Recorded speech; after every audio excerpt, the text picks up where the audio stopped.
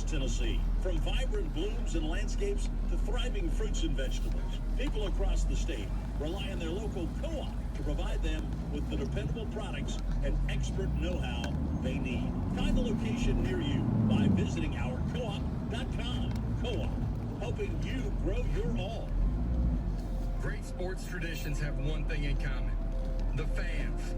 And at UT, ball fans have literally had a hand in building what is believed to be the largest and longest running recycling program in college sports history.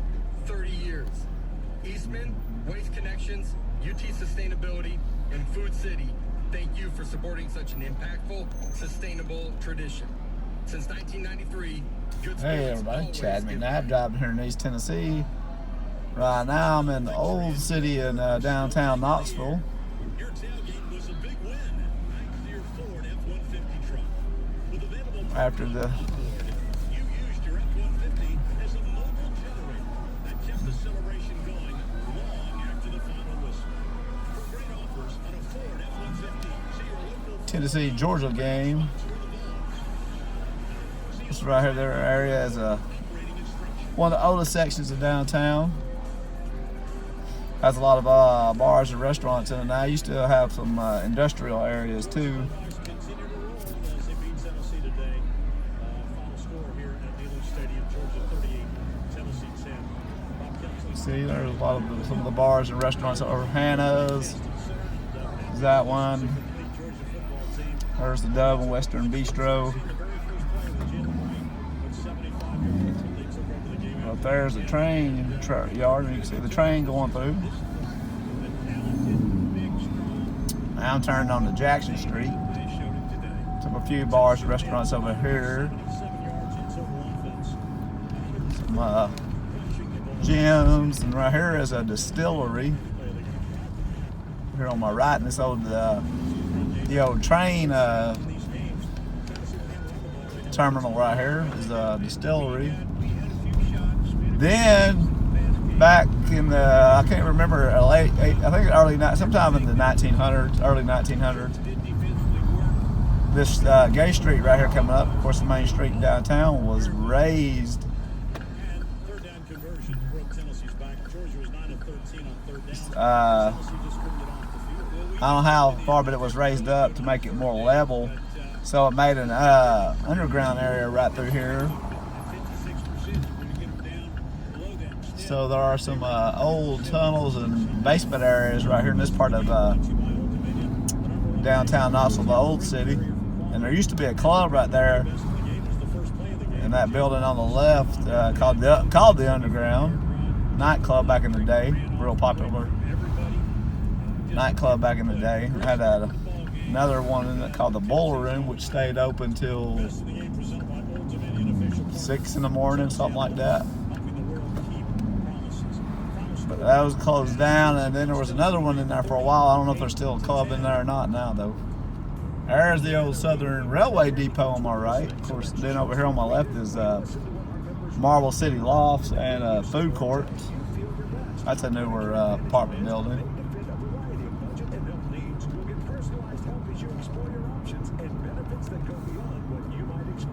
Well, like I said, there used to be a lot of industrial area over here.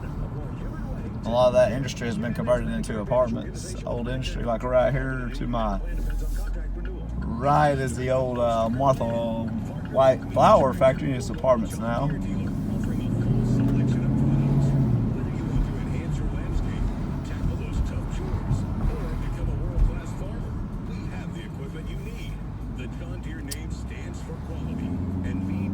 Here's East Magnolia. That will take you to East Knoxville, and they're building the new Tennessee Smoky baseball stadium right out there too. Supposed to have a new baseball stadium, apartments, retail. We'll really make that area nice, hopefully again. Of course, the Tennessee Smokies moved out of downtown Knoxville about 20-25 years ago and built a stadium off the Sevierville exit on Interstate 40. Really, Kodak is what that little area is called, though, but just the exit to Sevierville and Pigeon Forge, Smoky Mountains. There's Knoxville, the old Knoxville High School. That is now a senior luxury apartment building. And right here you have Zool Beer Company. Got several craft beer areas over here.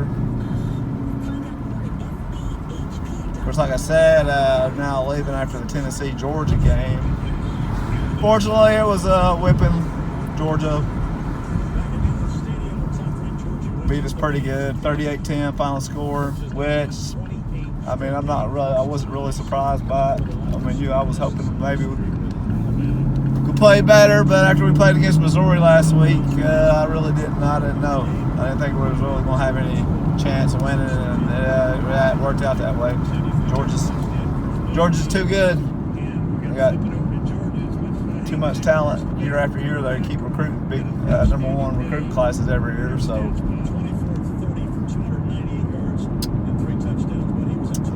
they're just really good. They have top 3 recruiting classes every year, and they have a very fertile in-state recruiting base. And Georgia is one of those top high school the states in the country for high school football players. Georgia, Texas, California, Florida. Tennessee is not very heavily loaded with a lot of high school football talent. So you got to go out of state to get a lot of players. And so you go into recruiting in Georgia against Georgia and all other teams in the country. Or back in the day when Tennessee was really good, they got their good fair share of players out of Georgia, though. It's hard to get them now, with Georgia being as good as they are now. But about to come into old North Knoxville, right here on Broadway. That's my short little tour of the old city. Well, I may go back up here to. Actually, I think I will.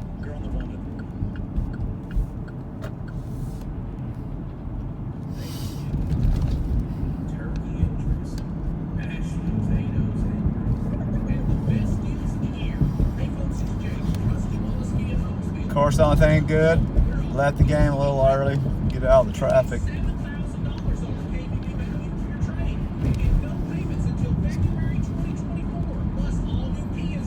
Very hard to get out of the parking garages downtown if you park down there after a game, especially if you don't get an early start.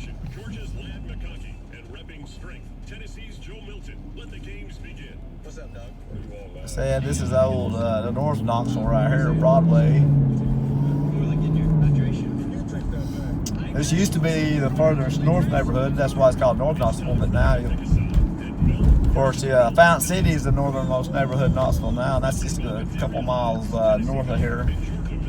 Once you cross the 640 interstate, bypass interstate.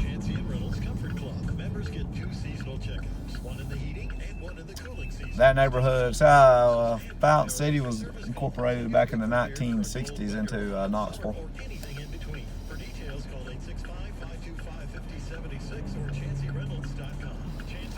Hopefully you can see this at nighttime.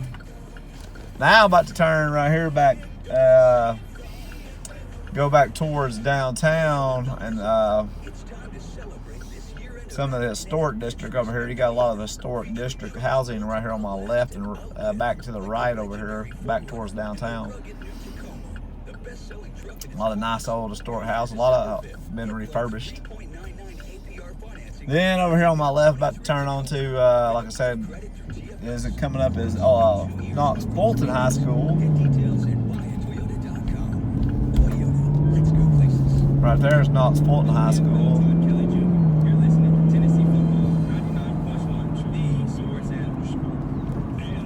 Then coming up right here is the new Knoxville Fire and Police Services Center.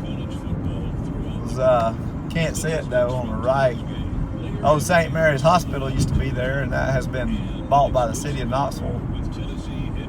and turned into the new fire department and police headquarters.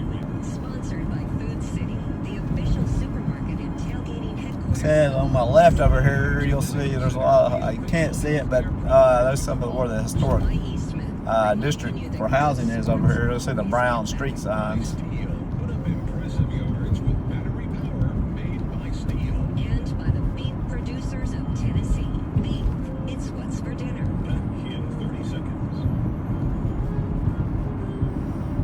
Tennessee football is brought to you by Cedar Recovery. Right there, so. Professional Jewelers. Rusty Wallace family of dealerships. Hyundai, Kia, Nissan, Ford, Honda, Chevrolet, and Toyota. Tennessee Associated Electric, Cola, RM Moore, Sevier Heights. Your volunteer Toyota dealers. Professional. So here's Central Avenue.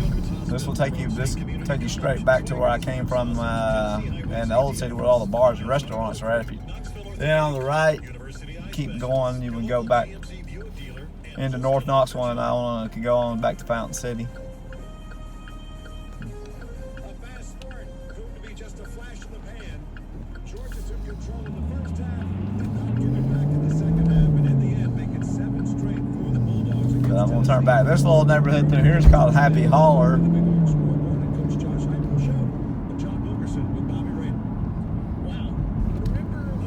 There's some bars and restaurants through here too. Then, especially a little bit further up here, you got some more that are like. This is a program that certainly has hit its stride. They didn't really seem perhaps that interested in some early matchups this season, and they've trailed in 7 of their 8 SEC games. Bars and restaurants. You have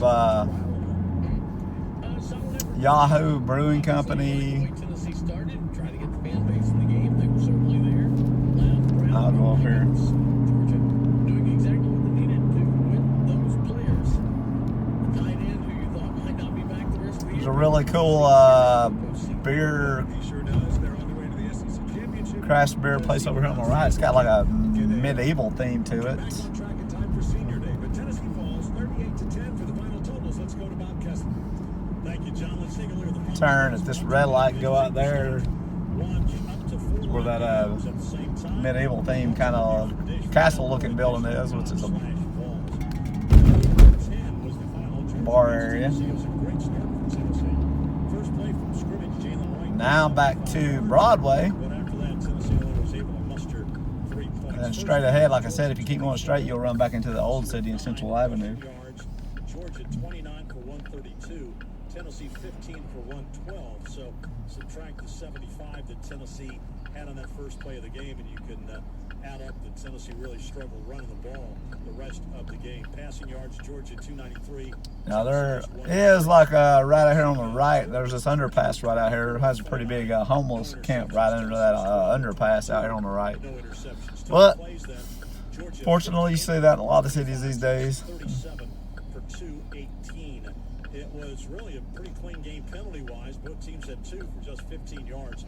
Time of possession, Georgia had it 33 minutes and 2 seconds. Tennessee 11 minutes, 58 seconds. One of the key stats in the game, third down conversions. Georgia just kept moving the ball down the field, and of course Georgia came into the game converting 56% of its third downs, which was first in the SEC. And today they did it again. They were 8 of 11 on third down conversions. Tennessee just 2 of 8. I think this Next Level Brewing, bar right here on my left, I don't think it's open anymore. I'm on. Was 12 of 22, 106 yards, passing the football. Rushing, Jalen Wright had 6 carries for 88 yards. And again, 75 of those came on the first carry. So it's after Oh no, it is still open. My bad. yards rushing. Jabari Small, 3 carries for 18 yards. Dylan Sampson just There's 2. the donut shop too. Tennessee, That building right there has a lot of events in it all the time. Yeehaw Brewing is right here on my left. just enough it They have a big outdoor patio area in the back there. Big screen TV, watch football, sports and stuff on. 11 carries for 34 yards passing. Carson Beck 23 of 28, 275 yards and 3 touchdowns, no interceptions. Dylan Bell, that halfback pass was 1 for 1 for a score, 18 yards. Leading receiver Brock Bowers had 7 catches for 60, and Marcus Rosemary Jack Saint had 7 catches for 91 yards and 2 scores for the Bulldogs. Tennessee's leading receivers, Chas Nimrod, 4 for 42. That's right. 4 for 35. So Tennessee drops this game to the Georgia Bulldogs. They wind up the regular season coming up next Saturday as Vanderbilt comes to town for a 3:30 start. Winning teams continually refine and add to their game plan. Just take a peek inside the Delta Dental Playbook. In addition to dental plans, Delta Dental now offers Delta Vision. Said there is Yeehaw Brewing Company, the big screen they have. They got band playing music. The same math as a touchdown and a two-point conversion. Check them out at Good sized crowd there. tn.com. Delta Dental. But that's going to be my tour of the old city, North Knoxville. If you want to see more of East and Middle Tennessee, just comment below, like and subscribe, and thanks for watching this video.